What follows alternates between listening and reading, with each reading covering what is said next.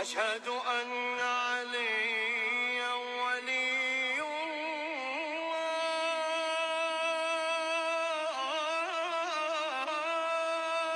دوستوں کو کیسے ہیں آپ؟ خیریت سے ہیں؟ بڑا ہی مختصر وعلیکم پروگرام السلام کرنا ہے ورحمۃ اللہ۔ تاکہ جی ہمارے تمام دوستوں کا قیمتی وقت جو ہے، ثاقب شاہ صاحب وعلیکم السلام، وہ ضائع نہ ہو۔ تو ویسے تو کتاب سلیم پر بڑی ڈیٹیل سے سیریز کی ہیں جعفر کاظمی صاحب نے، ثاقب شاہ صاحب کے تعاون سے، عابد بھائی ہمارے ہوتے تھے ان کے تعاون سے، لیکن ایک مختصر پروگرام کہ کتاب سلیم پر 5 بڑے اعتراضات، 5 بڑے سوالات انشاءاللہ ڈسکس کریں گے مختصر انداز میں۔ جس کو تفصیل چاہیے ہو، مزید اس کے اندر ڈیٹیل چاہیے ہو، وہ اس کا ہماری پلے لسٹ دیکھ سکتا ہے۔ کامنٹس کے اندر پن ٹو ٹاپ ہم نے اس کو کیا ہوا ہے مکہ مدینہ چینل کے اوپر۔ اب اس کا نام سید ثاقب شاہ کے نام سے شاید اس کا چینل کا نام ہے، میں چینل کا لنک ڈسکرپشن میں دے دوں گا۔ اس میں تفصیلی پوری سیریز کی ہے کتاب سلیم کے اوپر، ساری چیزیں ڈیٹیل سے ڈسکس کی ہیں۔ لیکن آج ہم کتاب سلیم پر 5 سوال پنجتن پاک کی نسبت سے انشاءاللہ تعالی وہ انشاءاللہ آپ کے سامنے رکھیں گے، اور پھر ان کے مختصر انداز میں جواب، تاکہ ہمارے بھائیوں کے پاس وقت نہیں ہوتا کیونکہ وہ شارٹس دیکھتے ہیں۔ تو خیر 1 بائی 1 ہم وہ سوالات آغا جعفر صاحب کے سامنے رکھیں گے، اور بڑے ہی مختصر انداز میں کتاب سلیم پر جو اعتراض کیے جاتے ہیں، آل محمد کے راز والی کتاب، ایسے کتاب کے جس کو پڑھنے سے انسان حقیقی دین کو سمجھ سکتا ہے۔ بہرحال اس حوالے سے مزید تفصیلات علمی شخصیات سے لیتے ہیں۔ سب سے پہلے تو سر السلام علیکم، سید ثاقب شاہ صاحب، سید جعفر عباس کاظمی، کیسے ہیں آپ؟ خیریت سے ہیں؟ جی وعلیکم وعلیکم السلام ورحمۃ السلام اللہ۔ ورحمۃ اللہ۔ الحمدللہ، آپ کیسے ہیں میسم بھائی؟ شکر الحمدللہ، میں بڑا مشکور ہوں، بڑا میں خود کیونکہ اضطراب میں تھا۔ تو یہ 5 ایسے سوال ہیں جس میں چاہتا ہوں کہ ان کے جواب مختصر بھی ہوں اور پر اثر بھی ہوں، تاکہ دیکھنے والے کے لیے آسانی ہو۔ جو لوگ علم سے تعلق رکھتے ہیں، تحقیق سے تعلق رکھتے ہیں، وہ پھر ہماری پلے لسٹ وزٹ کر لیں گے۔ جو رجال دیکھنا چاہتے ہیں یا دیگر بنیادی چیزیں، یعنی میرے جیسا کوئی سادہ بندہ ہے تو اس کے لیے کائنڈلی آپ یہ 5 سوال آپ کی خدمت میں رکھوں گا، جس کا آپ آسان لفظوں میں اور مختصر جواب دیں۔ جی سید جعفر باز کاظمی صاحب، سب سے پہلے تو مجھے یہ بتا دینا کہ یہ کتاب سلیم جو ہے یہ کتنی پرانی ہے، مطلب یہ کب وجود میں آئی، کو آج کل کی کتاب ہے؟ اور دوسرا یہ کہ جو کتاب سلیم لکھنے والے ہیں، سلیم بن قیس ہلالی، ان کا کیا تعارف ہے؟ جزاک اللہ خیر، اللہ پاک آپ کو انشاءاللہ سلامت رکھے۔ ہم نہایت اختصار کے ساتھ ٹو دا پوائنٹ بات کریں کہ جن کو تفصیلات درکار ہوں وہ ویڈیوز میں بھی دیکھ سکتے ہیں، اور کتب بھی موجود ہیں مارکیٹ میں، اور علماء بھی موجود ہیں تو ان سے وہ رابطہ کر سکتے ہیں۔ سلیم بن قیس الہلالی جو ہیں، یہ نبی خاتم صلی اللہ علیہ وآلہ وسلم کی حیات مبارکہ میں ان کی ولادت ہوئی ہے۔ یہ مدینے کے نہیں تھے، تو یہ مدینہ نہیں آئے، ان کے یعنی نبی خاتم کی انہوں نے زیارت نہیں کی ہے، لیکن اس زمانے میں ان کی ولادت ہے۔ اس کے بعد جب یہ آئے اچھا، ہیں تو امام مولا علی علیہ السلام کے، حضرت امام حسن علیہ السلام، حضرت امام حسین علیہ السلام، حضرت امام علی ابن الحسین زین العابدین علیہ السلام کی یہ خواص میں شامل تھے، ان کے شیعوں میں شامل تھے، ان کے اصحاب میں شامل تھے، یہ 4 ائمہ کے اصحاب میں تھے، اور انہوں نے امام باقر علیہ السلام کا زمانہ بھی پایا ہے، اور ان کا جو متوفی ہے وہ راؤنڈ اباؤٹ 75 ہجری ہے، یعنی کہ اس سے کم و بیش علماء ظاہر ہے وہ اختلافات ہو جاتے ہیں، تو 75 76 بس اس ایریے کے اندر ان کی وفات ہوئی ہے۔ تو یہ تابعی ہیں اور یہ 4 ائمہ کے اصحاب میں سے ہیں، اور انہوں نے جو روایات نقل کی ہیں وہ ان ائمہ سے نقل کی ہیں، اور نبی خاتم صلی اللہ علیہ وآلہ وسلم کے جو جلیل القدر اصحاب تھے ان سے روایتیں نقل کی ہیں، جیسے سلمان فارسی اور ابو ذر غفاری و عمار یاسر وغیرہم، ان سے روایات نقل کی ہیں۔ انہوں نے یہ کتاب تالیف کی، اس کتاب کو ہم کہتے ہیں کتاب سلیم ابن قیس الہلالی۔ ٹھیک ہو، بہترین ہو۔ مزید اس میں کچھ وضاحت کرنا چاہیں گے یا میں اپنا اگلا سوال کر لوں؟ جی بسم اللہ، اگلا کریں۔ اچھا، کتاب السلام کی جب ہم بات کرتے ہیں نا تو ابان کو مشکوک قرار دینے کی کوشش کی جاتی ہے، اور دوسرا میں یہ بھی پوچھنا چاہوں گا کہ کتاب السلام کو روایت کرنے میں سب سے صرف کیا جو ہے ابان سے یہ کتاب نقل ہوئی ہے یا کسی اور مزید راویان سے بھی یہ کتاب نقل ہوئی ہے؟ اور دوسرا یہ ہے کہ ابان کا سٹیٹس کیا ہے، مطلب ہمارے محدثین، ہمارے علماء، ہمارے علم حدیث میں۔ دیکھیے، جہاں تک بات رہی کہ سلیم بن قیس الہلالی کی کتاب دیگر افراد سے بھی نقل ہوئی ہے، آیت اللہ باقر الایروانی صاحب نے جو رجال پر کتاب لکھی ہے انہوں نے اس میں صراحت کی ہے کہ دیگر اسناد بھی ہیں اور وہ معتبر اسناد بھی ہیں۔ دوسری چیز رہ گئی کہ ابان ابن ابی عیاش کے متعلق تو یاد رکھیں کہ جب علم جرح و تعدیل میں تشیع ہو یا تسنن اس میں کوئی انسان ارکریزی کرتا ہے اور وہاں پر جا کر وہ موتی تلاش کرنے کی کوشش کرتا ہے علم کی، تو ایک ضابطہ ایک قاعدہ یاد رکھیں کہ جی کسی آدمی پر توثیق کے کلمات بھی ہوتے ہیں، ایک ہی آدمی پر اسی پر جرح کے اقوال بھی ہوتے ہیں تسنن اور تشیع میں۔ دیکھا یہ جاتا ہے کہ وہ جو جرح ہے اس کی قسم کون سی ہے، جرح مبہم ہے یا مفسر ہے۔ دوسری چیز دیکھی جاتی ہے کہ جمہور کیا کہتے ہیں، کس چیز کے قائل ہوئے ہیں۔ پھر دیکھا جاتا ہے کہ ان کے پاس قرائن، شواہد اور دلائل کیا ہے۔ تشیع کے اندر جو ابان ابن ابی عیاش پر جرح ہوئی ہے وہ ناقابل التفات ہے، یعنی ایسی جرح ہے کہ جس کی طرف توجہ کی ضرورت بھی نہیں ہے، جرح مبہم ہے۔ اس کو اگر کچھ علماء نے نقل کیا ہے تو نقل کیا ہے، جمہور نے یہ کہا ہے اور اپنے دلائل بھی ذکر کیے ہیں کہ ابان ابن ابی عیاش ثقہ راوی ہے، حسن الحدیث راوی ہے، اور اس پر آپ ہمارے علماء کی جو کتب ہے رجالی ان میں جا کر پڑھ سکتے ہیں۔ آیت اللہ مامکانی صاحب نے کافی ڈیٹیل ان کی گفتگو کی ہے، آیت اللہ مزاری صاحب اور دیگر علماء نے اس پر وہ تمام دلائل کا احاطہ کیا ہے۔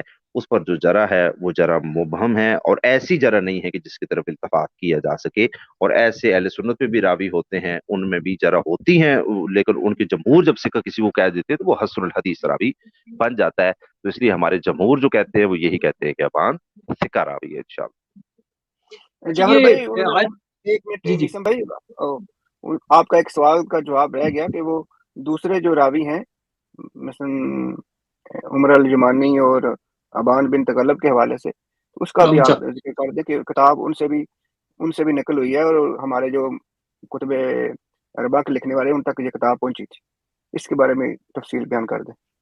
جی جی بالکل، یہ میں نے بتایا ہے کہ آیت اللہ باقر ایروانی صاحب نے جو کتاب لکھی ہے رجال پر، انہوں نے اس میں ڈیٹیل گفتگو کر کے یہ بتایا ہے کہ اس کی دوسری سندیں موجود ہے اور وہ سندیں معتبر ہیں، ضعیف نہیں ہے، وہ معتبر سندیں ہیں۔ تو انہوں نے وہاں پر یہ بتایا ہے کہ یہ صرف ایک سند سے ہمارے پاس نہیں پہنچی ہے۔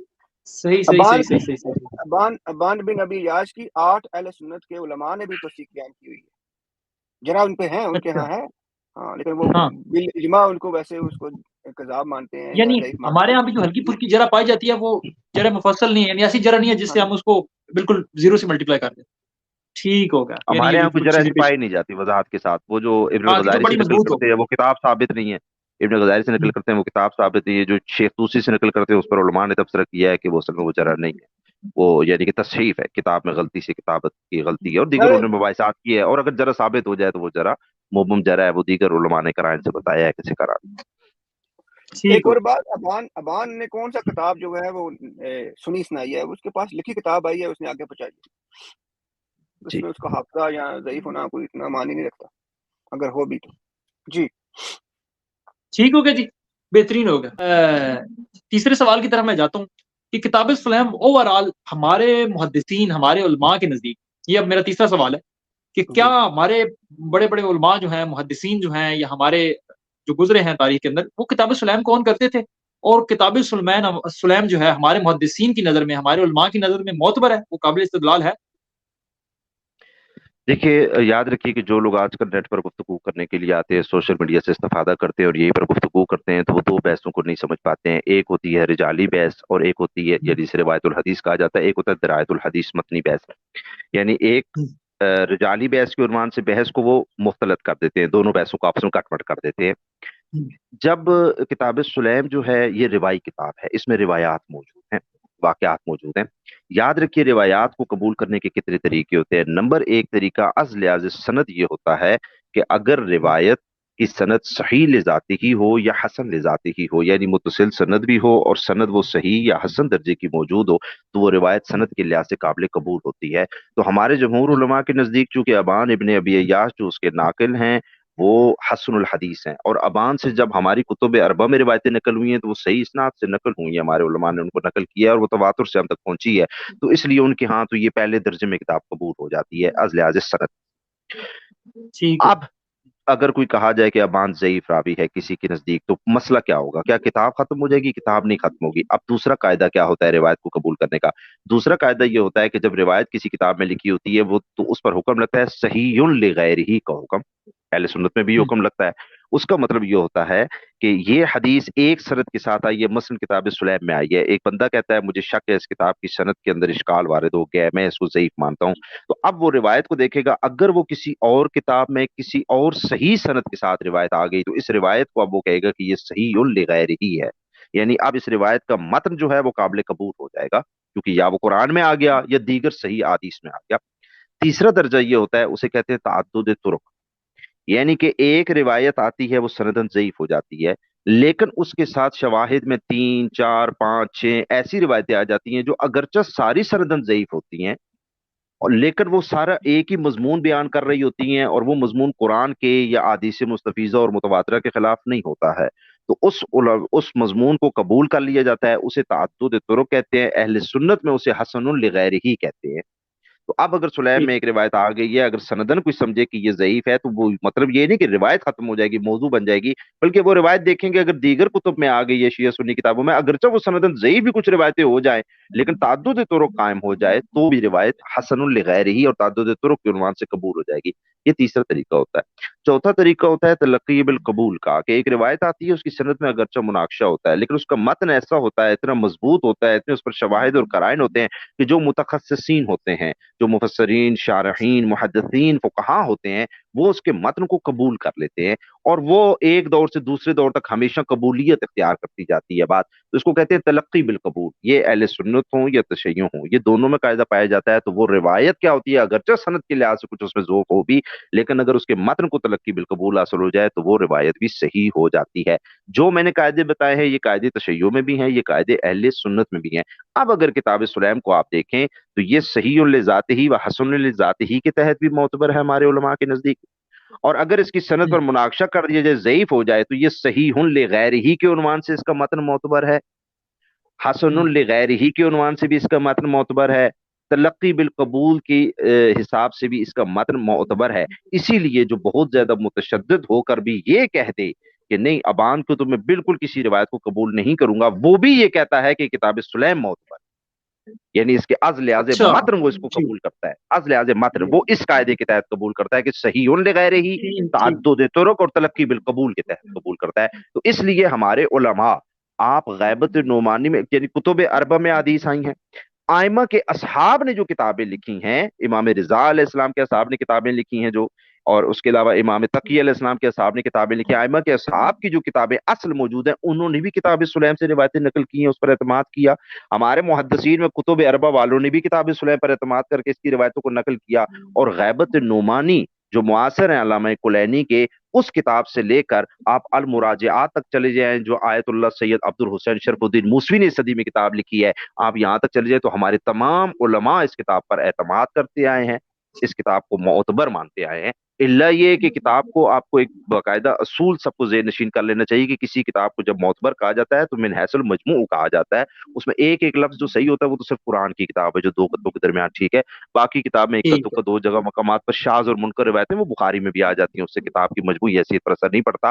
تو یہ ہمارے یعنی کہ اس دور کے علماء سے لے کر ائمہ کے اصحاب سے لے کر ہمارے کتب اربع تک آ جائیں، اور شیخ نعمانی سے لے کر آیت اللہ سید عبد الحسین شرف الدین موسوی صاحب تک آ جائیں تو سب اس کتاب کو معتبر مانتے ہیں۔ یہ المراجعات والے ہیں شرف الدین، یہ کوئی کراچی والے نہ سمجھ لیں، یہ صاحب المراجعات آیت اللہ جی سید عبد الحسین شرف الدین لبنان کے رہنے والے تھے یا عراق کے تھے؟ میرے ذہن میں اتنا نہیں، یہ ان کی کتاب ہے مذہب اہل بیت کے نام سے اردو میں ٹرانسلیشن ہوئی، المراجعات ان کی بہت اچھی کتاب ہے، ان کی بہت زبردست کتاب ہے فقہ پر باقاعدہ، تو یہ معتبر کتاب ہے۔ ٹھیک ہو ٹھیک ہو، ایک چیز آپ کو بیچ میں لقمہ دے دیتا ہوں کہ اہل سنت کے ہاں ایک بڑی معتبر کتاب ہے جو ان کے مدارس میں پڑھائی جاتی ہے، مشکات شریف، اس کے مصنف جو ہیں وہ مجہول الحال ہیں ان کے ہاں، اس کی کوئی توثیق نہیں ہے، ان کو یہ بھی نہیں پتا وہ کب پیدا ہوئے، تقریباً ان کو پتا ہے کب فوت ہوئے، کون تھے، کس طرح کے بندے تھے، کسی کو نہیں پتا۔ اس کتاب کو آپ دیکھ لیں کس قدر ان کے ہاں اہمیت حاصل ہے، وہ وہی اصول ہے جسے ہم کہتے ہیں تلقی بالقبول، یا اس میں موجود مندرجات ہیں وہ ثابت ہوتے ہیں دوسری کتابوں سے۔ ٹھیک ہو جی بالکل، جزاک اللہ جعفر کاظمی صاحب۔ یعنی مختصر انداز میں جو میں چیزیں سمجھا ہوں وہ یہی ہے کہ محدثین نے یا ائمہ کے اصحاب نے بھی اس استدلال پکڑا ہے اور اس کو معتبر جانا ہے، اور دوسری بات یہ کہ ہم کتاب سلیم میں جسٹ پوز نہیں کر سکتے، مطلب جو چیزیں کتاب سلیم میں لکھی ہیں 80 to 90% ہمارے دیگر مصادر سے بھی ثابت ہو جاتی ہیں، تو اچھا اب چوتھا سوال جو ہے نا وہ یہ ہے کہ ہم جو دیکھتے ہیں بڑی مخالفت رہی ہے نا کتاب سلیم کی، آج بھی اور پہلے بھی رہی ہے کہ انجینئر صاحب اور مولانا اسحاق صاحب نے بڑی مخالفت کی ہے اس کتاب کی۔ آخر ایسا ہے کیا اس کتاب کے اندر کہ پڑھنے سے روکا جاتا ہے اس کتاب کو، جبکہ یہ بڑی پرانی کتاب ہے اور اس کے اندر کہا جاتا ہے بڑے اسرار ہیں، بڑے راز ہیں، بڑی چھپی ہوئی چیزیں ہیں، تو کیوں مذمت ہے اس کتاب کی؟ کاظمی صاحب۔ دیکھیں جی، جو کچھ مولوی اسحاق صاحب نے بیان کیا، جو کچھ انجینئر صاحب کہتے ہیں یا دیگر لوگ جو مخالفت اس کتاب کی کرتے ہیں، وہ کہتے ہیں جیسے مولوی اسحاق صاحب کے لفظ یہ تھے کہ شیعوں نے جب اس کتاب کو پڑھا تو شیعوں میں بڑا رخنہ جو ڈالا گیا نا وہ اس کتاب کے ذریعے ڈالا گیا۔ وہ مولوی اسحاق جی صاحب کہتے ہیں، ہم کہتے ہیں کہ مولوی اسحاق صاحب سے سوال کرتے ہیں کہ مولوی اسحاق صاحب اس کتاب میں امامت اہل بیت لکھی ہے تو بتائیے اس نے کیا رخنہ ڈالا، کیونکہ امامت اہل بیت ہمارے پاس قرآن سے اور حدیث متواترہ سے ثابت ہے۔ تو جب حدیث متواترہ سے اور قرآن سے ہی مسئلہ ہمارے یہاں ثابت ہو گیا ہے تو یہ کتاب اگر نہ بھی ہوتی تو امامت تو ہمارے یہاں ثابت ہے، تو اس کتاب نے کیا رکھنا ڈالا ہے؟ اس کتاب میں فضائل اہل بیت درج ہیں، اور ایسے فضائل بھی درج ہیں جو اہل سنت کی کتب میں بھی درج ہیں، اور ان کے ہاں بھی وہ صحیح فضائل ہیں، مولا علی امام حسین شریفین کے اور جناب سیدہ سلام اللہ علیہ کے، تو ان فضائل نے آپ میں رکھنا نہیں ڈالا تو اس کتاب نے کیا رکھنا ڈالا؟ اس کتاب کے اندر اصل میں ان کو جو پریشان کی چیز مولوی اسحاق صاحب کو وہ یہ ہے کہ اہل بیت اطہار کے مقابلے میں جو لوگ آئے ہیں نا تو وہ کہتے ہیں کہ یہ اصل میں تشیع کی کتاب نے اس چیز کو بے نقاب کیا ہے، تو یہ بس فتنہ ڈال گیا ہے، ورنہ ایسا تو کوئی مسئلہ نہیں، یہ شیر و شکر والا معاملہ تھا۔ ہم مولوی اسحاق صاحب سے، ان کے چاہنے والوں سے، انجینئر صاحب سے، یہ جو لوگ بھی ہیں، ہم ان سے یہ سوال کرتے ہیں کہ مجھے بتائیے کہ کتاب سلیم میں اگر واقع عقبہ آ جائے تو فرق کیا پڑتا ہے؟ واقع عقبہ تو آپ کی بھی صحیح ترین کتابوں میں درج ہے، تو اس کتاب نے کیا رکھنا ڈالا؟ نبی خاتم کو قتل کرنے کی سازش کی گئی، ان کو شہید کرنے کی سازش کی گئی ہے۔ فرق بس اتنا ہے کہ آپ کی کتابوں میں مختصر واقعہ لکھا ہے، سلیم نے تفصیل سے لکھ دیا ہے۔ اگر سلیم میں یہ بارہ کرتاس ماکین کا والا واقعہ؟ واقعہ آ جائے، جی عقبۃ بارہ الواقعہ ماکین ہے، والا اسی طرح کرتاس کا واقعہ ہے، ہم کہتے ہیں کرتاس کا واقعہ آ گیا کہ نبی خاتم کی مخالفت میں کچھ اصحاب آ گئے، تو کتاب سلیم نے کیا رکھنا ڈالا؟ وہ تو آپ کی صحیح ترین کتابوں میں واقعہ کرتاس لکھا ہوا ہے، تو وہاں رکھنا نہیں ڈالا تھا۔ وہ فرق یہ ہے کہ جو چیز آپ نے وہاں سے چھپائی تھی کتاب سلیم میں وہ چیز لکھی ہوئی تفصیل سے آ گئی ہے کہ نبی خاتم آپ کی کتاب میں آیا کہ لکھوانا چاہتے تھے کچھ، اور کچھ بندوں نے روک دیا، اچھا تو کتاب سلیم میں یہ آ گیا کہ کیا لکھوانا چاہتے تھے اور کن بندوں نے روک دیا، اور تو کچھ بھی نہیں فالتو آیا۔ اچھا اور ہم کہتے ہیں کہ اگر کتاب سلیم میں جیش اسامہ کا واقعہ آیا ہے تو آپ بتائیے اس واقعے نے کیا رکھنا ڈالا ہے کہ نبی خاتم کی مخالفت کی ہے کچھ لوگوں نے؟ وہ تو آپ کی بھی کتابوں میں جیش اسامہ کا واقعہ آیا ہے۔ وہ فرق یہ ہے کہ آپ کی کتابوں میں وہ چیز لوگوں سے مخفی رکھ دی گئی کہ آخر مخالفت کرنے والے کون تھے اور وجہ کیا تھی، کتاب سلیم میں اس کو بیان کر دیا گیا کہ وجہ کیا تھی اور کون لوگ تھے۔ ہم کہتے ہیں کہ آپ ہمیں بتائیے کہ کتاب سلیم نے کیا رکھنا ڈالا ہے؟ اس نے اگر سقیفہ کا واقعہ بیان کیا ہے تو سر سقیفہ کا واقعہ تو آپ کی بھی صحیح ترین کتابوں میں بیان ہوا ہے۔ تو فرق یہ ہے کہ آپ کے یہاں جب یہ واقعہ بیان ہوا تو مولا علی علیہ السلام نے اس میں یہ فرما دیا کہ یہ خلافت میرا حق تھا اور تم لوگوں نے مجھ پر ظلم کیا، یہ ایک جملہ آپ کی کتاب میں لکھا ہوا آ گیا۔ تو کتاب سلیم میں صراحت آ گئی کہ مولا علی علیہ السلام نے جب یہ کہا، یہ فرمایا کہ یہ خلافت میرا حق ہے، تو پھر اس حق پر دلیل کیا دی اپنی؟ ظاہر سامنے والا بھی پہلا سوال یہ کرے گا نا کہ آپ میری خلافت نہیں مان رہے، آپ کہہ رہے میرا حق ہے، تو لائیے دلیل۔ تو مولا علی السلام ضرور دلیل دیں گے، تو وہ دلیل کتاب سلیم نے لکھ دی، آپ کی کتاب میں وہ مولا علی کا کلام ہی نقل نہیں کیا گیا، تو اس میں رکھنا کیا ڈالا؟ اسی طرح اس کے اندر واقع فدق موجود ہے سلیم کا، تو اب آپ ہمیں بتائیے کہ فدق نے کتاب سلیم میں آ کر کیا رکھنا ڈال دیا؟ وہ تو آپ کی صحیح ترین کتابوں میں موجود ہے۔ فرق یہ ہے کہ آپ کہتے ہیں کہ جناب سیدہ کے سامنے ایک حدیث بیان کی گئی اور جناب سیدہ غضبناک ہو گئی۔ عام سننے والا انسان بھی یہ بات سوچتا ہے کہ ایک حدیث بیان کی جائے تو جناب سیدہ کیسے غضبناک ہو سکتی ہیں؟ تو ظاہر ہے جناب سیدہ نے کچھ نہ کچھ رپلائی کیا ہوگا، کچھ نہ کچھ جواب دیا ہوگا کہ میں اس بات کو قبول کیوں نہیں کر رہی ہوں۔ وہ آپ نے جواب چھپا دیا ہے تو کتاب سلیم میں وہ جواب نقل ہو گیا ہے، تو رکھنا کیا ڈالا ہے؟ وہ جواب تو ضرور جناب سیدہ نے دیا ہوگا، بڑی وہ اب راز جہاں سے اٹھائی ملے ہے۔ لوگوں کو وہاں پڑھ لیں۔ اس طرح آپ کی کتابوں میں آ گیا کہ جناب سیدہ سلام اللہ علیہ کے گھر پر حملے کی روایت آ گئی، ان کے گھر میں تلوار کے ٹوٹنے کی روایت آ گئی، حتیٰ کہ بخاری مسلم میں فدق کی روایت میں آ گیا کہ مولا علی علیہ السلام فلاں بندے سے کراہت کرتے تھے، اس کو اپنے گھر بھی نہیں آنے دیتے تھے کہ اس بندے کو میرے گھر نہیں لے کے آنا۔ تو سر کیا فرق پڑا؟ کتاب سلیم نے کیا رکھنا ڈالا؟ اس نے صرف تفصیل بیان کر دی کہ یہ جب حملہ کیا تو کیا کہ انہوں نے کیا تو کیا کیسے، اور پھر جس فرد کو مولا علی فرما رہے ہیں کہ میں کراہت محسوس کرتا ہوں کہ یہ میرے گھر میں نہ آئے، تو مولا علی السلام نے کتاب سلیم میں لکھا ہوا آگے کہ ان کا کردار کیا تھا اس واقعے کے اندر۔ تو جو تفصیلات آپ نے چھپائی تھیں، کسی وجہ سے محو ہو گئیں یا محو کر دی گئیں، وہ تفصیلات ہماری کتاب میں آ گئی اور وہ انڈرسٹوڈ ہے۔ میں آپ کو ایک مثال دیتا ہوں کہ مولا علی علیہ السلام نے جنگ جمل اور صفین کی ہے اور جنگ نہروان کی ہے، یہ تواتر سے ثابت ہے تشیع اور تسنن میں۔ لیکن اہل سنت میں مولا علی علیہ السلام نے ایک جنگ جمل، ایک اتنی بڑی جنگ کی، جنگ صفین اتنی بڑی جنگ کی، لیکن اس کے اندر مولا علیہ السلام نے کیا کچھ ارشاد فرمایا اہل سنت کی کتابوں میں نہیں لکھا ہوا۔ کہ آخر کیا ارشاد فرمایا کہ میں جنگ کر رہا ہوں تو کیوں کر رہا ہوں، میں میرے جو مخالف آئے ہیں یہ کیسے لوگ ہیں، میں کیوں ان سے جنگ کر رہا ہوں، یہ لوگ حق پر ہیں یا نہیں ہے، میں حق پر ہوں تو میری دلیل کیا ہے۔ ظاہر ہے یقیناً جب جنگ ہوتی ہے تو مولا علی علیہ السلام نے خطبے دیے ہوں گے، لوگوں نے ان سے سوالات کیے ہوں گے، انہوں نے جوابات کیے ہوں گے، آپ نے ان چیزوں کو چھپا دیا۔ کتاب صلح میں وہ چیزیں لکھی ہوئی آگے کہ مولا علی علیہ السلام نے کیا کچھ ارشاد فرمایا۔ ایک طویل کیا مدت کے بات ہے لیے جعفر اتنی کاظمی سخت ترین جب جنگ ہوتی ہے تو ظاہر آپ کیسے صاحب۔ کہہ سکتے ہیں کہ مولا علیہ السلام گئے ہیں خاموشی سے جنگ کر کے آ گئے ہیں، جو انہوں نے کلام بیچ میں کیا آپ نے نہیں بتایا، ادھر بتا دیا گیا۔ اور ظاہر ہے مولا علیہ السلام جب جنگ کر رہے ہیں تو اپنے آپ کو حق پر سمجھ کے کر رہے ہیں، تو انہوں نے اپنا حق بتانا ہے، وہ دلائل انہوں نے ذکر کیے، میں حق پر کیوں اور تم باطل پر کیوں، وہ کتاب سلیم نے نقل کر دی ہیں۔ تو لہٰذا ہم کہتے ہیں کہ ان کا جو شکوہ ہے نا کہ اصحاب اہل بیت کے خلاف آئے ہیں، یہ رکھنا ہے شیر و شکر تھے، ہم کہتے ہیں کہ جو واقعات ہم آپ کو بتا رہے ہیں اگر آپ کی کتابوں میں ثابت نہ ہو تو آپ ہم پہ الزام لگا دیں، لیکن اگر آپ کی صحیح ترین کتابوں میں ہو کہ وہ تو نبی خاتم کے مقابلے میں بھی لوگ آئے ہیں اور اہل بیت کے مقابلے میں بھی لوگ آئے ہیں، تو اس کی تفصیلات کتاب سلیم نے نقل کر دی ہیں، آپ نے تفصیلات کو چھپا دیا، بس اتنا سا فرق ہے اور تو کوئی فرق نہیں۔ احسن جی ٹھیک ہو میزم گیا بھائی۔ جی، جزاک اللہ سید جعفر عباس کاظمی صاحب، یہ تو بڑا انٹرسٹ آپ نے بڑھا دیا۔ میں اہل سنت بھائیوں سے گزارش کروں گا، مومنین بھی جو ہیں کہ جنہوں نے ابھی تک کتاب سلیم نہیں پڑھی وہ لازمی پڑھیں، اس میں تو بڑے بڑے راز لکھے ہوئے ہیں، جیسے جی رسول اللہ کیا لکھوانا چاہتے تھے، 12 خلفاء کے نام کیا ہیں، 12 ہاں جی ہم نے منافقین کے بتا نام دیا، کیا ہیں۔ ہاں، ٹھیک ہے بڑے آگے بڑے چلیں۔ تفصیل سے شاہ صاحب نے اس کا جواب دیا، اللہ تعالیٰ کی جس توفیقات خیر شیعہ کرے۔ بندے نے یہ کتاب نہیں پڑھی وہ میرے خیال سے شیعہ مکتب سے وہ کافی حد تک ناواقف ہے۔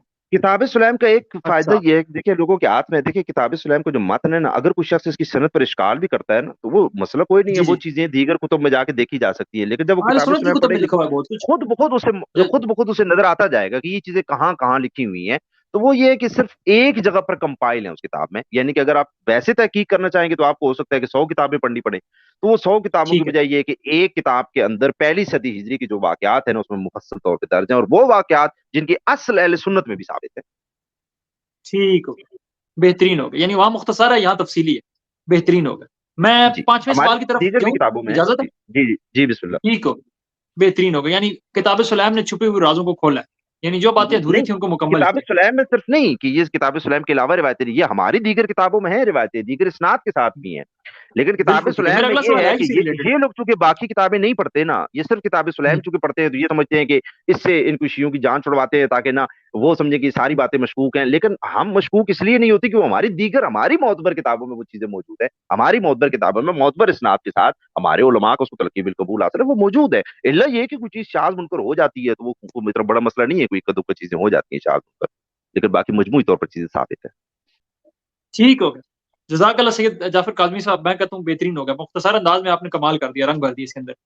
5واں سوال میرے سے ریلیٹڈ ہے، کتاب سلیم، خیر ہم تو کتابوں سے اتنا شغف نہیں رکھتے، کچھ سامنے آ جائے تو تھوڑا بہت نظر کر لیتے ہیں، یا عام عوام کی میں بات بتاؤں جعفر کاظمی صاحب، آپ لوگ تو خیر کتابیں پڑھتے ہیں، کتاب سلیم کو جو مقبولیت ملی ہے نا آج کے دور میں، مطلب ظاہری بات ہے اہل علم لوگ تو جانتے ہیں، لیکن اہل سنت کے نزدیک یا دیگر جو میری طرح کے کامل لوگ تھے وہ ایک بات سے ملی ہے کہ کتاب سلیم میں بی بی زہرا سلام علیہ کی شہادت کا واقعہ درج ہے۔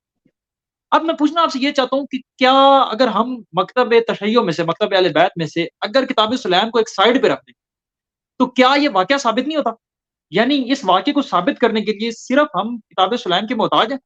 اس پر تھوڑا سا تبصرہ کر دیں کہ کیا باقی مصادر میں ایسی کوئی بات نہیں ملتی؟ کیونکہ انجینئر صاحب کا دیکھیں اعتراض بھی ہے نا، وہ کہتے ہیں جی فلاں کتاب سلیم والے نے جو ہے اس کے اندر یہ واقعہ درج کیا اور گھڑا، تو ان کے پاس صرف ایک ہی روایت ہے اور اسی سے وہ استدلال پکڑتے ہیں اور یہ واقعہ ثابت کرتے ہیں۔ تو مثال کے طور پہ اگر مکتب تشیع سے کتاب سلیم کو ایک سائڈ پہ رکھ دیا جائے تو کیا ہم مصادر سے اور صحیح اسناد سے یہ واقعہ ثابت کر سکتے ہیں؟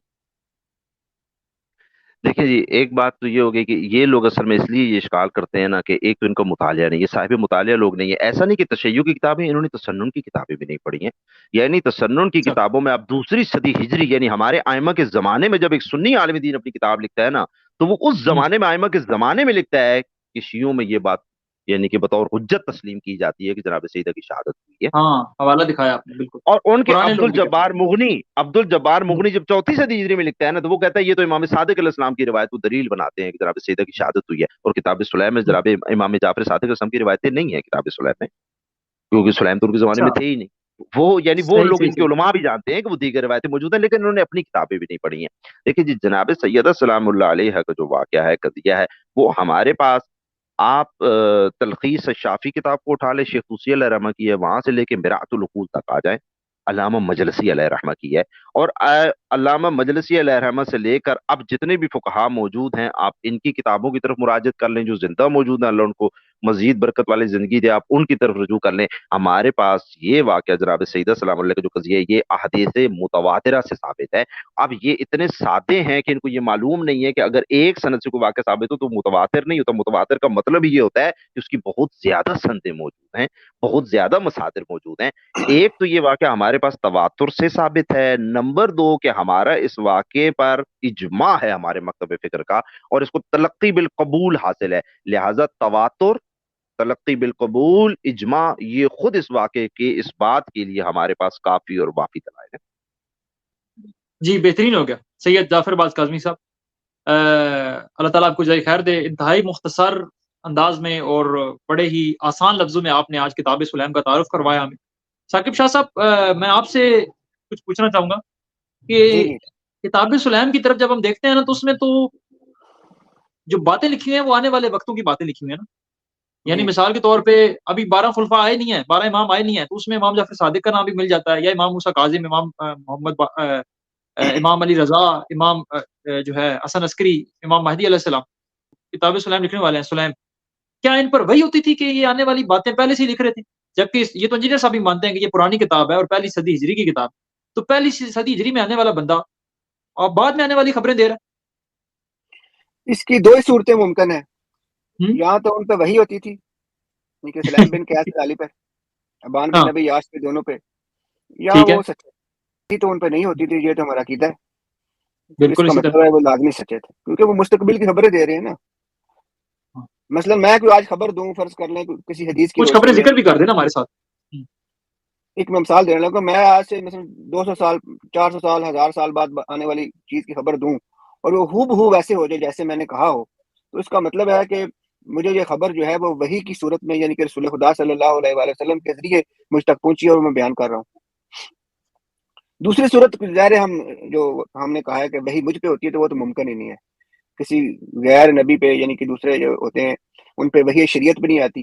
تو جو کوئی معصوم بھی نہیں تھے وہ، ہمارا جو قیدہ اہل تشیع کا کہ ائمہ پہ جی وحیوں جی کا نزول ہوتا ہے تو وہ ہمارے ائمہ میں بھی شامل نہیں ہے. تو اس کا مطلب ہے وہ سکہ بندے تھے، انہوں نے باتیں جو بیان کی ہیں وہ بالکل درست ثابت ہوئی ہیں. جیسے انہوں نے اور رسول اللہ اپنے بعد والے آنے والے واقعات کی طرف نشاندہی کی ہے، جس میں ایک ائمہ جو ہیں 12 ائمہ ان کے نام لکھے ہیں اس میں. کے نام. تو بالکل ٹھیک. ابان بن ابی یاش کو بھی یہ جو مانتے ہیں کہ سکہ نہیں ہے، تو وہ زیادہ ان کی عمر جو ہے وہ امام جعفر صادق علیہ السلام کے دور تک کی ہے. ان کے بعد امام موسیٰ کاظم علیہ السلام، امام علی رضا، امام تقی، امام نقی، امام حسن عسکری، جو سب امام جو ہیں، امام مہدی علیہ السلام، تو ان کو کیسے پتہ چل گیا کہ یہ امام بعد میں آئیں گے؟ ہاں پوائنٹ ہے، بہت بڑا پوائنٹ ہے. ہاں، تو اس لیے جو خبر دی گئی ہے تو اس کا مطلب ہے کہ میرے صاحب بھی کہتے ہیں جب کوئی مستقبل کی خبر دی جاتی ہے تو لازمی وہ رسول خدا صلی اللہ علیہ وسلم کے طریقے سے پہنچی ہو. تو ابان نے یہ بات بیان کی تو اس کا مطلب یہ ہرگز جھوٹ نہیں تھا، تو اس کے پاس یہ حدیث پہنچی تھی. جزاک اللہ سید ثاقب شاہ صاحب، اللہ تعالیٰ آپ کو جزائے خیر دے. سید جعفر باز کاظمی صاحب میں بڑا مشہور ہوں آپ دونوں سادات کا. میں تھوڑا سا ابو عماد کی طرف جا سکتا ہوں جی تھوڑی جی سی دیر بسم کے اللہ. لیے تاکہ جی جی پروگرام ختم ہی ہمارے ابو عماد بھائی کریں. ابو عماد بھائی اگر آپ مجھے سن پا رہے ہیں نا، چونکہ ہمارا ٹاپک آج کتاب السلیم پر تھا، ہم نے ساری چیزیں ڈسکس کر دی ہیں. اپنے سنی شیعہ بھائیوں کو کتاب السلیم کی اہمیت کے حوالے سے تھوڑا سا موٹیویٹ کر دیں، اور اس پروگرام کو اختتام بھی آپ ہی کریں گے چونکہ آپ آئے ہیں. ہمارے لیے بڑی سعادت مندی ہے کہ کالم دین ہمارے درمیان موجود ہے. اللہ تعالیٰ ان کو ان کی توفیقات خیر میں اضافہ کرے. کتاب السلیم کے بارے میں ایک نصیحت کر دیں اور اپنے سنی شیعہ بھائیوں کو جو ہے اس حوالے سے تھوڑا سا موٹیویٹ کر دیں تاکہ وہ اس کتاب کو ایک دفعہ لازمی پڑھے اپنی زندگی میں کہ کتنے کتنے راز اس کے اندر لکھے ہوئے ہیں. جی ابو عماد بھائی.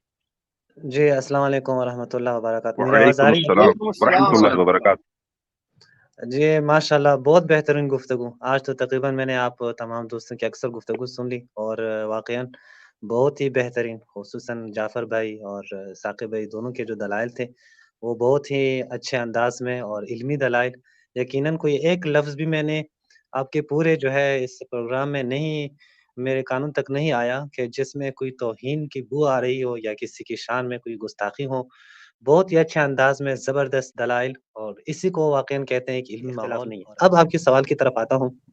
سلیم بن قیس ہلالی رحمۃ اللہ علیہ، ظاہر ہے سب سے پہلی بات تو یہ ہے کہ یہ امام علی علیہ السلام کے شاگرد ہیں، اور ان کے ساتھ ساتھ باقی ائمہ کے شاگرد رہے ہیں، بہت سارے صحابہ کے اس میں یہ رہے ہیں، بہت سارے صحابہ کو دیکھے ہیں اور بہت سارے مناظر انہوں نے اپنی آنکھوں سے دیکھا ہے. یعنی بات تو یہ ہے کہ بعض اوقات آنکھوں سے نہیں دیکھا ہو بلکہ بہت سارے واقعات انہوں نے اپنی آنکھوں سے دیکھے ہیں. ہمارے جو اہل سنت دوست ہیں کہ جس پہ مجھے بہت گلہ ہے، اور خصوصاً انجینئر صاحب یا اس طرح کے جو دیگر لوگ ہیں یا مولانا اسحاق صاحب جو تھے، وہ تقریباً ایک بات بہت پھیلائی ہے انہوں نے اہل سنت جوانوں میں یا اہل سنت کے ہاں، کہ حضرت زہرا کی شہادت کا واقعہ جو ہے اس کا دار و مدار وہ اسی سلیم پر ہے. دیکھیں میں یعنی آپ لوگوں نے بھی بیان کیا، اس کو میں پھر بھی کہتا ہوں کہ اگر آپ سلیم بن قیس ہلالی رحمۃ اللہ علیہ کی کتاب کو مکمل طور پر آپ سائڈ پہ رکھیں اور کہیں کہ یہ سلیم بن قیس کی کتاب ہے ہی نہیں، تب بھی حضرت زہرا کی شہادت کا واقعہ ثابت ہے.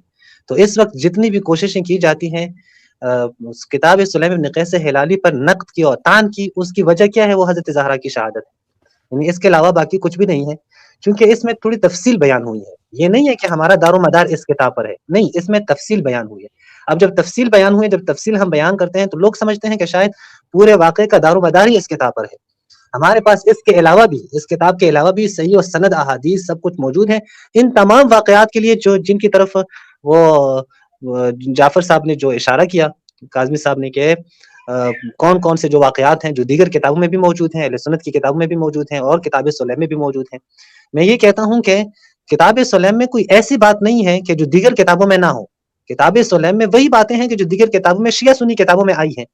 اور کتاب سلیم کوئی یہ ایسی کتاب نہیں کہ صرف شیعہ نے کہا ہو کہ یہ کتاب ہے، یہ سب سے پہلے لکھی گئی ہے، نہیں، بلکہ اہل سنت کی بھی بہت سارے علماء کے نام میرے پاس موجود ہیں. انشاءاللہ میں کسی فرصت کے وقت میں پھر ان سارے علماء کے نام بھی بتا دوں گا کہ فلاں فلاں عالم نے لکھا ہے کہ تاریخ اسلام میں ان کے بڑے بڑے علماء جو ہیں، یعنی قرطبی جیسے لوگ جو ہیں، انہوں نے لکھا ہے کہ تاریخ اسلام میں سب سے پہلی کتاب اگر لکھی گئی ہے تو وہ یہی کتاب سلیم بن قیس ہلالی ہے. اب ظاہر ہے کوئی اختلاف کریں، کوئی اس سے اتفاق کریں، وہ ایک الگ بات ہے، لیکن یہ کہ جو بڑے بڑے علماء ہیں انہوں نے جب لکھی، یعنی آپ دیگر اہل سنت کی جو کتابوں میں سلیم بن قیس ہلالی کے ترجمہ آپ لوگ پڑھ لیں، وہاں ضمن میں انہوں نے یہی بات کی ہے کہ سب سے پہلا شخص ہے جنہوں نے یہ کتاب لکھی ہے. وہ کون سی کتاب ہے؟ وہ یہی کتاب ہے جو اس وقت ہمارے پاس موجود ہے، جو کتاب الثقیفہ ان کا اصل نام تھا یا دیگر ناموں سے، لیکن جو مشہور ہے کتاب سلیم بن قیس ہلالی کے نام سے. اور اس میں جو دوسری بات سب سے جو اہم ہے وہ یہ ہے کہ دیکھیں ائمہ اہل بیت علیہم الصلوۃ والسلام کے زمانے میں جو بھی اگر ایسی کوئی بات آتی کہ جو ائمہ کے مکتب سے وہ بات نہ ہوتی، جو سازگار نہ ہوتی، یا ائمہ نے وہ بات نہ کہی ہوتی، تو ائمہ ڈائریکٹ رد کرتے تھے. یعنی ابھی میں کئی باتیں ایسی ہیں کہ جو ہمارے احادیث میں بیان ہوئے جن کو ائمہ نے رد کیا ہے. جیسے میں مثلا بتا دوں، بعض لوگ آتے تھے کہتے تھے کہ مثلا یہ نمازیں جو ہیں یہ نمازیں فلاں فلاں شخص کے نام ہے. یہ نماز یعنی ایسا نہیں کہ صبح اٹھیں نماز پڑھ لیں، یا روزہ جو ہے یہ نام ہے، لوگوں کے نام ہے، فلاں فلاں لوگوں کو پہچان لو بس کافی ہے، روزے زکات ان چیزوں کی ضرورت نہیں ہے. اور ان باتوں کو منسوخ کرتے تھے ائمہ سے. تو ائمہ نے سختی سے آ کر اس پہ رد کیا ہے. یعنی بصائر الدرجات جو شیخ صفار رحمۃ اللہ علیہ کی ہے، وہ آپ پڑھ لیں، اس میں تفصیل سے احادیث موجود ہیں. اب جو ہے یہ کتاب اس وقت موجود ہے اور وہ ائمہ اہل بیت علیہم الصلوۃ والسلام کے زمانے میں یہ کتاب موجود ہے، اور اس کتاب میں اتنے سارے واقعات موجود ہیں. اس پہ ائمہ علیہم الصلوۃ والسلام کے رد تو چھوڑ دیں بلکہ اس کی تائید میں احادیث ملتی ہیں.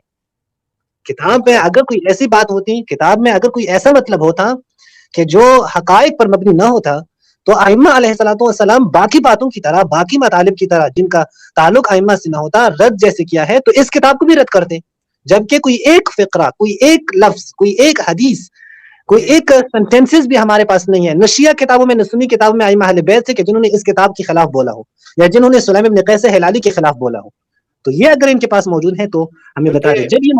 جب یہ موجود نہیں ہے اور بعد کے لوگوں نے آ کر پھر جو ہے وہ تان کیا ہے فلاں فلاں پہ، جب ایک تفصیلی بحث ہے جیسا کہ آپ لوگوں نے بیان کیا، اس پہ ہم نہیں جاتے. تو یہاں پہ میری جو ریکویسٹ ہے ہمارے اہل سنت بھائیوں سے اور شیعہ بھائیوں سے سب سے، وہ یہ ہے کہ آپ اس کتاب کو اٹھائیں.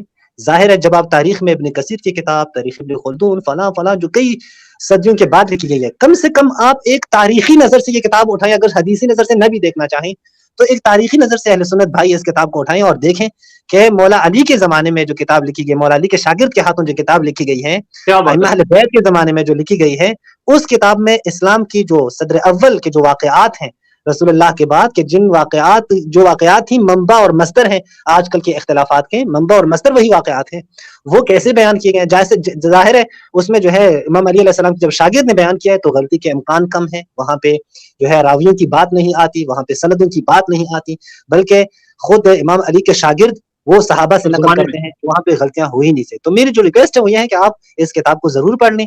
اگر آپ کو کوئی ایسا مطلب ملا کہ جس کے جو ہے وہ سرے سے وہ دیگر کتب میں صحیح سندوں سے موجود ہی نہ ہو تو ٹھیک ہے، وہ مطلب آپ اٹھائیں، وہ دیکھ لیتے ہیں کہ کون سا مطلب ہے کہ جو سرے سے دیگر کتابوں میں موجود ہی نہیں ہے۔ میری یہ آرائش ہے، باقی میں آپ کے جو ہے آپ کے پروگرام سے ماشاءاللہ بہت ہی، یعنی مجھے یقین ہے کہ بہت ہی مفید پروگرام ہے، اور میں امید کرتا ہوں کہ آپ لوگ ان مطالب کو انشاءاللہ سلامت رہیں انشاءاللہ۔ سلامت رہے صاحب، آواز ہے ثاقب شاہ صاحب، آپ کچھ کہنا چاہ رہے تھے؟ قبلہ کو مات نے ایک حدیث کی طرف اشارہ کیا تو مجھے وہ حدیث میں سوچتا ہوں کو بیان کر دوں۔ امام صادق علیہ السلام کے دور میں ان کے جو شاگرد تھے انہوں نے کہا کہ ہمارے پاس کچھ ایسی کتب پہنچی ہیں جو ہمارے یعنی کہ ہم سے پہلے والے اصحاب نے لکھی، جو ائمہ کے اصحاب تھے، یعنی کہ آپ کے بزرگان کے اصحاب تھے، تو وہ کتابیں لوگوں سے مخفی ہو گئی ہیں، لیکن وہ کتابیں ہمارے پاس پہنچی ہیں اتھینٹک ذرائع کے ذریعے، کیا ہم ان کتب سے حدیث پیش کر سکتے ہیں؟ امام نے کہا بالکل ضرور پیش کر سکتے ہیں، استفادہ کر سکتے ہیں، یعنی کہ وہ حدیثوں کی ان کتابوں کی تائید کی، اور کچھ کتابیں ایسی بھی پیش کی گئیں جو ان کے یعنی کہ ان کتابوں کے نام بھی لکھے گئے کہ جو لکھی گئی تو اس میں تبدیلی بھی کی گئی، جس میں تبدیلی کی ان کی طرف اشارہ بھی کیا فلاں فلاں بندے نے اس میں تبدیلی کی ہے، کہیں بھی کتاب سلام کا نام اس میں موجود نہیں ہے۔ کتاب سلام کو قبول کیا گیا ہے، یعنی کہ ائمہ کے اصحاب نے اس کو نقل در نقل کیا ہے، ہمارے کتب اربا والوں نے اس پہ اعتماد کیا، جیسے جوہر بھائی نے اس پہ تفصیلی گفتگو کی ہے۔ جزاک اللہ۔ ٹھیک ہو، بڑی مہربانی سید ثاقب شاہ صاحب، مزید کوئی آپ بات کرنا چاہیں؟ بس اب میں سر ابو عماد بھائی کو شکریہ ادا کروں گا کہ اللہ پاک اس کو ہمیشہ سلامت رکھے، آباد رکھے، وہ انہوں نے زینت بخشی ہے اس پروگرام کو، اپنا وقت دیا ہے، خدا ہمارا یہ وقت اپنی عبادت و شمار فرمائے۔ جزاک اللہ خیر۔ ہم ان سے بہت زیادہ سیکھتے ہیں، جزاک اللہ، یہ ہمارے استاد محترم ہیں۔ سلامت رکھا، سلامت رہیں۔ ٹھیک ہوگا جی، اجازت لیں، اجازت ہوگی؟ چلیں جی، اللہ تعالیٰ سب کو ذائقہ خیر دے، بس مزید کچھ بھی نہیں کہتے، بس تحقیق کریں اور سچے دل سے اگر تحقیق کریں تو آپ خدا کے حقیقی دین کو پہچان سکتے ہیں۔ جزاک اللہ جی، السلام علیکم، سلامت رہیں، پہلے ہی بہت زیادہ وقت ہو چکا ہے۔ وعلیکم السلام۔